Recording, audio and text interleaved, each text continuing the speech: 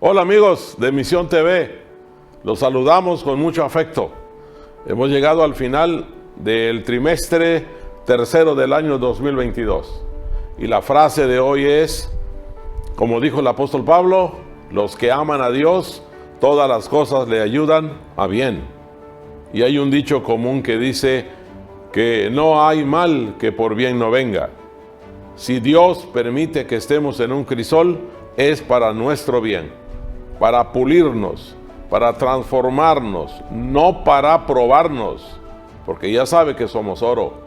Y además para prepararnos para el tiempo final de este mundo, cuando vengan los momentos más difíciles.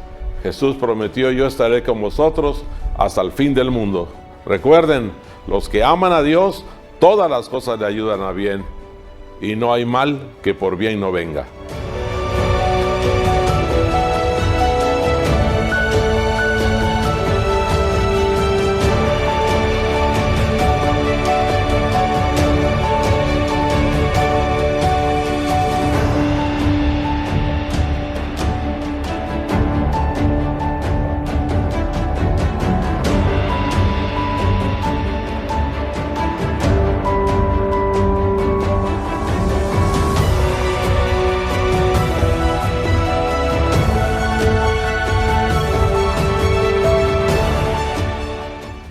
Queridos amigos y hermanos, hemos llegado a la lección final de este trimestre con Cristo en el crisol. Y sin duda que hemos aprendido muchas cosas que nos van a ayudar a sobrevivir en el presente y sobre todo en el futuro. Las primeras dos lecciones que estudiamos nos enseñan mucho del crisol, pero todas las lecciones son nosotros con Cristo en el crisol. Y al llegar a la lección 13, ya no es nosotros con Cristo, sino Cristo solo en el crisol. Quiero invitarles a que hagamos oración. Bendito Padre que estás en los cielos, gracias, porque en los momentos difíciles de nuestra vida, sin que tengas la intención de probarnos, sino solamente de purificarnos, de quemar lo espurio de nuestra vida, y en controlar nuestro carácter para que sea la imagen de tu Hijo Santo, nos has permitido estar en el crisol. Y posiblemente en el futuro nos vuelvas a meter en el crisol. Señor, cada vez que nos metas en el crisol, por favor, que Cristo esté con nosotros. Acompáñanos al repasar esta linda lección cuando tu Hijo estuvo en diferentes crisoles. Bendice, por favor, a todos los hermanos que están pasando por sufrimientos, como al hermano Liberato. Lo rogamos en el nombre de Jesús. Amén. Bueno, la lección 13, repito, es Cristo en el crisol. El texto para memorizar está en Mateo 27:46, donde dice: cerca de la hora novena Jesús clamó a gran voz diciendo: Elí, Elí, lama sabactani. Esto quiere decir: Dios mío, ¿por qué me has desamparado? ¿Usted sabe por qué Dios no desamparó a Cristo? Si el Padre desamparó a Cristo, fue para no desampararnos a nosotros. Eso es lo que enseña el texto para memorizar. Siempre que analizamos el tema del sufrimiento, se suscita la pregunta: ¿cómo surgió el pecado? ¿Cómo surgió el sufrimiento? Por revelación divina tenemos buenas respuestas. Tanto el sufrimiento como el pecado surgieron porque hubo seres libres que abusaron de la libertad que Dios les había dado. Esto lleva a otra pregunta: ¿sabía Dios acaso de antemano que estos seres carnales caerían? Sí, sí lo sabía, obviamente. Y pensó que, como escribió un escritor de apellido Lewis, valía la pena correr el riesgo. ¿Vale la pena correr el riesgo, hermanos? ¿A quién le vale la pena? ¿Para nosotros? Mientras Dios está en el cielo sentado en su trono. No exactamente.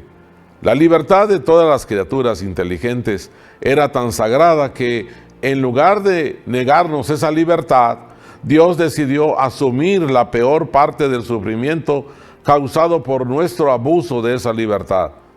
Y vemos este sufrimiento en la vida y la muerte de Jesús, quien al sufrir en nuestra carne, creó un vínculo entre el cielo y la tierra que durarán por toda la eternidad. Bueno, ¿qué sufrió Cristo por nosotros? ¿Qué podemos aprender del sufrimiento de Cristo, de su estancia en el crisol? El domingo vemos a los primeros días de Jesús. Las Escrituras nos brindan poca información sobre los primeros años de Jesús en Nazaret. No obstante, algunos versículos nos dan una vislumbre de esas circunstancias y la clase de mundo en el que le tocó a él participar como Salvador. Jesús no fue la primera persona que vivió en la pobreza, no fue. Tampoco fue la primera persona que enfrentó a quienes querían matarlo, incluso desde su temprana edad. Usted sabe que desde que era bebé hubo gente que lo quería matar. Sin embargo, hay otro elemento que nos ayuda a comprender la singularidad de lo que Cristo sufrió desde los primeros tiempos. En Juan 1:46 se nos dice que Natanael le preguntó a Felipe cuando supo que Jesús era de Nazaret: ¿puede haber algo bueno en Nazaret? Esto nos dice que Nazaret era una ciudad terrible, donde Jesús tuvo que vislumbrar y ver la pecaminosidad, ver los sufrimientos de la gente y los que él tuvo que enfrentar cuando Jesús era joven. A excepción de Adán y Eva, antes de la caída, Jesús fue la única persona sin pecado quien vivió en esta tierra. Vivió con su pureza, con su impecabilidad. Estuvo inmerso en un mundo lleno de pecado allá en Nazaret. Qué tortura debió haber sido para Jesús, incluso desde que era un muchacho, que su alma pura esté en constante contacto con el pecado. Aún con nuestra insensibilidad debido al pecado, nosotros mismos a menudo nos alejamos de la exposición del pecado y al mal que nos resultan repulsivos. Nosotros nos alejamos y Jesús tenía que vivir en medio. Imagínate lo que debió haber sido para Cristo, cuya alma era pura, que no estaba manchada en lo más mínimo por el pecado. Piensa en el marcado contraste entre él y los demás de su alrededor. Debió haber sido sumamente doloroso para él. Pregúntate, hermano, ¿cuán sensible eres a los pecados que existen a nuestro alrededor? ¿Te molestan? ¿Eres insensible a la pecaminosidad de tu barrio? Si eres insensible a ellos, esto podría deberse a las cosas que lees, a lo que miras, a lo que haces. Piénsalo, hermano. El lunes vemos que Jesús fue despreciado, rechazado por los hombres. Hay que leer los versículos que marca ahí la parte de la lección. Hágalo, por favor. El creador del cielo y de la tierra, y que vino a ofrecerse a sí mismo como sacrificio por los pecados de todo el mundo. ¿Cómo nos ayudan estos versículos a comprender los sufrimientos que Jesús enfrentó aquí en la tierra? Tanto los líderes como la gente común constantemente malinterpretan la vida, los actos y las enseñanzas de Jesús, lo que generó que lo rechazaran, que lo odiaran las mismas personas a las que él vino a salvar. En cierto sentido, debe ser como un padre que ve a un hijo descarriado que necesita ayuda, y aunque el padre está dispuesto a darlo todo por ese hijo, el niño lo rechaza. Sobre quizá la única persona que puede liberarlo de la ruina total, eso es lo que Jesús enfrentó. Mientras estuvo en la tierra, cuán doloroso debió haber sido para él. Como dice Juan, a los suyos vino y los suyos lo rechazaron. Mientras usted lee eso, pregúntese, ¿se sentía mal por él mismo, como nos suele pasar a nosotros cuando nos rechazan, o era por otra razón? Si fue por otra razón, ¿cuál era? A nosotros nos tratan mal, nos rechazan, no nos aceptan, pues igual a Jesús. Todos hemos sentido el aguijón del rechazo, y tal vez nuestro dolor era similar al de Jesús, en el sentido de que era desinteresado y nos dolía. No porque nos rechazaran a nosotros, sino por lo que significaría ese rechazo para la persona que nos rechaza y para nosotros también, y que se niega a aceptar la salvación de Cristo esa persona. Imagínate, sin embargo, lo que debió haber sentido Jesús, quien era plenamente consciente de lo que tenía que afrontar con el fin de salvarlos. Porque a los suyos vino y los suyos lo rechazaron. Y al mismo tiempo, plenamente consciente de las consecuencias del rechazo de todos ellos, dice, fue debido a su inocencia, por lo cual Cristo sentía tan intensamente los asaltos del enemigo. Jesús les dijo, mi alma está muy triste, hasta la muerte. Quedaos aquí y velad. Todo lo que Jesús sufrió durante sus 33 años en la tierra no se compara con lo que comenzó a enfrentar en las últimas horas antes de llegar a la cruz. Desde las edades eternas se planeó el sacrificio de Jesús como una ofrenda por el pecado, por el mundo, y ahora estaba sucediendo precisamente eso cuando Jesús ya iba al Getsemaní. El sufrimiento de Cristo en el Getsemaní es singular, único. Fue a corta distancia, dice el testimonio de los discípulos. No estaba lejos, de tal manera que ellos podrían oír y verlo. Y Jesús cayó postrado en el suelo. Sentía que por causa del pecado estaba siendo separado de su Padre. El abismo era tan ancho, tan negro y profundo que su espíritu se estremecía ante esa situación, ante él. No debía ejercer su poder divino para escapar de esa agonía. Él no podía hacer eso. Como hombre debía sufrir las consecuencias del pecado del hombre. Como hombre debía soportar la ira de Dios contra la transgresión. Cristo asumía ahora una actitud diferente de la que jamás había asumido antes. Sus sufrimientos pueden describirse mejor en las palabras del profeta que dice, levántate, oh espada, contra el pastor, contra el hombre, compañero mío. Como sustituto y garante del hombre pecador, Cristo estaba sufriendo bajo la justicia divina. Veía lo que significaba la justicia. Hasta entonces había obrado como un intercesor por otros. Ahora anhelaba tener un intercesor que intercediera por él. Medita sobre lo que le sucedió a Jesús en el Getsemaní. Ya los pecados del mundo comenzaban a caer sobre él. El miércoles vemos el Dios crucificado. La muerte por crucifixión era uno de los castigos más duros que los romanos imponían sobre una persona. Se le consideraba la peor forma de morir. Por lo tanto, qué horror era que alguien muriera de esa manera, y especialmente el Hijo de Dios. Siempre debemos recordar que Jesús vino en carne humana como la nuestra. Entre los golpes, los azotes, los clavos en sus manos y en sus pies, el peso abrumador de su propio cuerpo que desgarraba las heridas, el dolor físico debió haber sido insoportable. Esto era duro, incluso para los peores criminales. Qué injusto entonces que Jesús, inocente de todo, enfrentara semejante destino.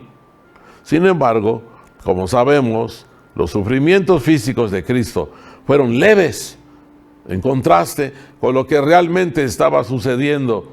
Eso fue más que el asesinato de un hombre inocente.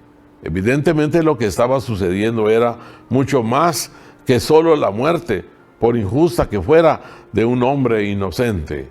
Según las Escrituras, la ira de Dios contra el pecado, nuestro pecado, se derramó contra Jesús. Jesús en la cruz sufrió la justa indignación de un Dios justo contra el pecado, los pecados de todo el mundo. Como tal, Jesús sufrió algo más profundo, más tenebroso, más doloroso de lo que cualquier ser humano podría conocer o experimentar alguna vez. A su lado estaban siendo crucificados dos hombres también, pero ellos no sufrieron lo que Jesús sufrió. Al atravesar las luchas que enfrentas, ¿qué esperanza y consuelo puedes obtener de la realidad del sufrimiento de Cristo por ti en la cruz? Finalmente el jueves vemos al Dios sufriente. Podríamos irnos acostumbrando a que mientras estemos aquí en este mundo, querido hermano, vamos a sufrir. como criaturas caídas, es nuestro destino sufrir. No hay nada en la Biblia que nos prometa algo diferente, algo contrario. Allá en la cruz, Jesús llevó nuestras enfermedades, sufrió nuestros dolores. Cualquiera que sean nuestros sufrimientos aquí, cualquiera que sea el crisol que experimentamos, gracias a Jesús, gracias a que Él llevó sobre sí el castigo de nuestro pecado, gracias a la gran provisión del Evangelio, que mediante la fe podemos ser perfectos en Jesús ahora mismo. Nosotros tenemos la promesa de la vida eterna. La promesa es que gracias a lo que Cristo ha hecho, gracias a la plenitud y a la integridad de su vida y de su sacrificio perfecto, nuestra existencia aquí, llena de dolor, sí, llena de dolor, de decepciones, de pérdidas, no es más que un instante, un destello que llega y se va, en contraste con la eternidad que nos espera, una eternidad en el cielo nuevo, una tierra nueva, sin pecado, sin sufrimiento, sin muerte, sin lágrimas, sin dolor. Muy pronto, hermanos, muy pronto podremos ver, y Jesús verá el fruto de la aflicción de su alma y va a quedar satisfecho, dice Isaías 53. Hermanos, estamos ahora viendo a Jesús en el crisol. Jesús pasó la experiencia de estar en varios crisoles. Primero, encarnar. Ser un ser humano fue un crisol para Jesús.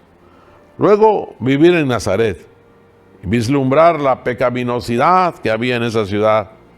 Luego, el Getsemaní. Ser abandonado por sus amigos, estar solo, fue terrible para él. Luego, la cruz del Calvario. ¿Usted ha pasado por ese crisol? Y yo creo que sí. Usted ha sido maltratado, rechazado, lo han dejado solo, lo han metido en problemas, aún sus propios familiares.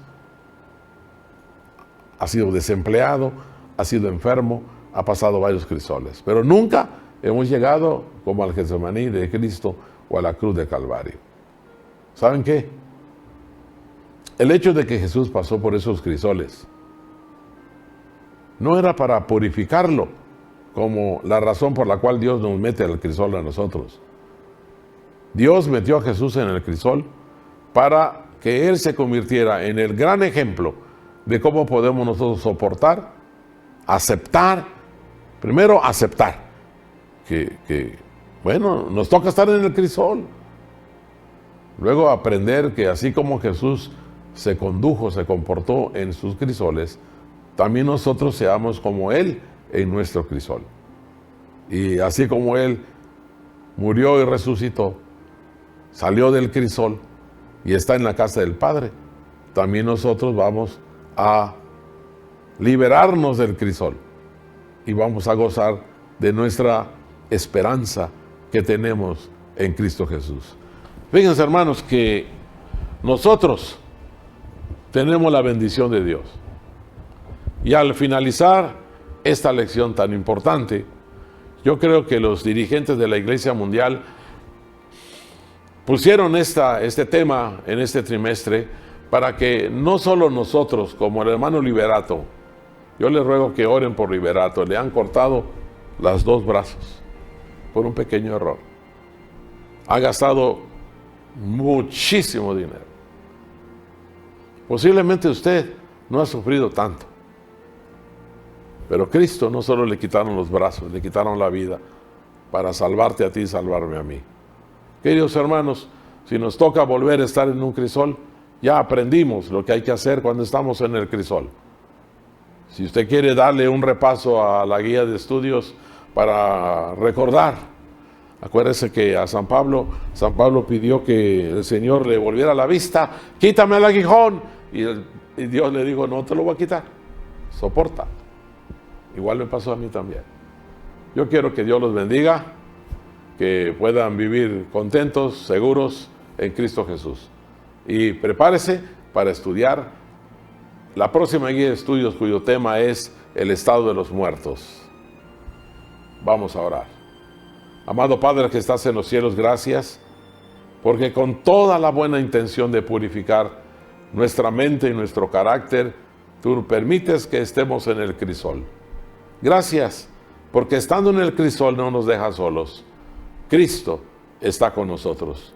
Y así como Ananías, Misael y Azarías, estando en el horno de fuego, fueron acompañados por el Hijo de Dios y salieron ilesos, ayúdanos para que también nosotros salgamos perfectos para esperar la venida de Cristo Jesús. Bendice por favor al hermano Liberato, que ha sufrido mucho, tú lo conoces. No conocemos su futuro, pero tú lo conoces. Úsalo para tu honra y tu gloria, y así a todos los hermanos y hermanas que tienen que pasar por el crisol. Bendícenos, Padre, para comenzar un nuevo trimestre. Lo rogamos en el nombre de Jesús. Amén. Que Dios los bendiga, que Dios los acompañe, y este repaso déselo a los demás contactos que tiene usted. Hasta luego.